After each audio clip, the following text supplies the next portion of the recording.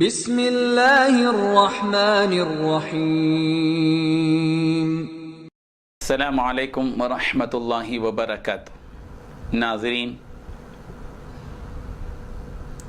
ہم اور آپ ماہ رمضان المبارک میں روزہ رکھتے ہیں۔ روزے کا آغاز سحری سے ہوتا ہے اور روزے کا اختتام افطار سے۔ سحری کے سلسلے میں نبی کریم صلی اللہ علیہ وسلم نے جو پیغام ہم سب کو دیا ہے وہ یہ ہے کہ سحری کرنا سنت ہے، سحری کرتے ہوئے روزہ رکھنا چاہیے، بغیر سحری کے روزہ نہیں رکھنا چاہیے، چاہے وہ کتنا ہی بڑا پہلوان کیوں نہ ہو۔ حضور اکرم صلی اللہ علیہ وسلم نے ارشاد فرمایا، حضرت عمر بن عاص رضی اللہ عنہ راوی ہیں، مسلم نے اس کو روایت کیا ہے کہ فصل ما بین صیامنا و صیام اہل الکتاب اکلۃ السحر،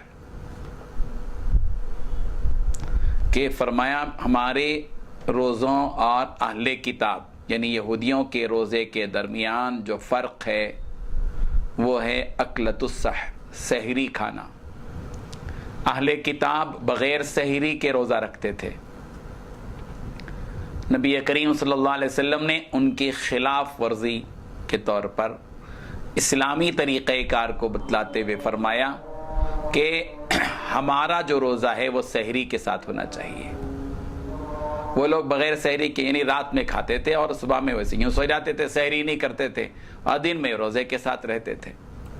یا یہ کہ چونکہ ان کے لیے شدت تھی اور ان کے لیے اس قوم کے لیے چونکہ شدت تھی، یہ آسانی نہیں تھی، ان کو حکم یہی تھا کہ رات میں کھا کر سو جائیں اور پھر دوسرے دن شام تک رات تک غروب تک جو ہے روزہ رکھیں۔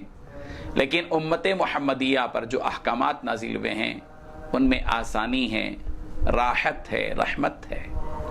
اللہ تبارک و تعالیٰ نے امت محمدیہ کو وہ احکام دیے، اسی لیے حضور اکرم صلی اللہ علیہ وسلم نے فرمایا کہ ہمارے روزوں اور اہل کتاب کے روزوں کے درمیان میں فرق یہ سحری کا کھانا ہے۔ وہ سحری کے کھائے بغیر روزہ رکھتے ہیں، ان کے لیے وہ حکم تھا، اور ہمارے لیے حکم یہ ہے کہ اٹھو، طلوع فجر سے پہلے ہی اٹھ جاؤ اور طلوع فجر سے پہلے کھانا کھا لو، وہ سحری کا کھانا وہ کھا لو تاکہ قوت ملے، دن بھر تم کو بھوکے رہنا ہے، پیاسے رہنا ہے۔ اور نبی کریم صلی اللہ علیہ وسلم نے حکم بھی دیا کہ تسحروا، سحری کرو، فإن فی السحور برکہ، اس لیے کہ سحری کے کھانے میں برکت ہے۔ جب وہ برکت کا کھانا ہے تو پھر اس سے محرومی کیوں؟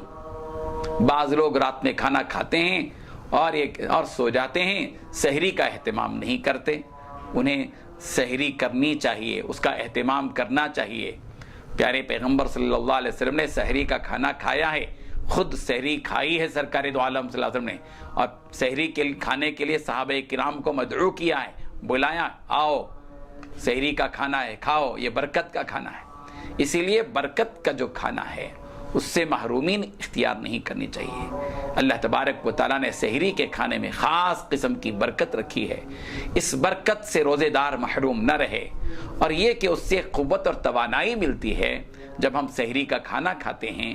اور چونکہ رات تک یعنی مغرب تک کوئی چیز نہیں کھانی ہے، جب سحری میں کھانا کھائیں گے تو خاص قسم کی قوت اور توانائی ملے گی، جس توانائی کی وجہ سے ہم دن بھر آرام کے ساتھ رہ سکیں گے۔ اور انسان تو کمزور پیدا کیا گیا، خلق الانسان ضعیفا، انسان کمزور پیدا کیا گیا ہے، اسی لیے ہم کو چاہیے کہ ہم اس بات کا لحاظ رکھیں۔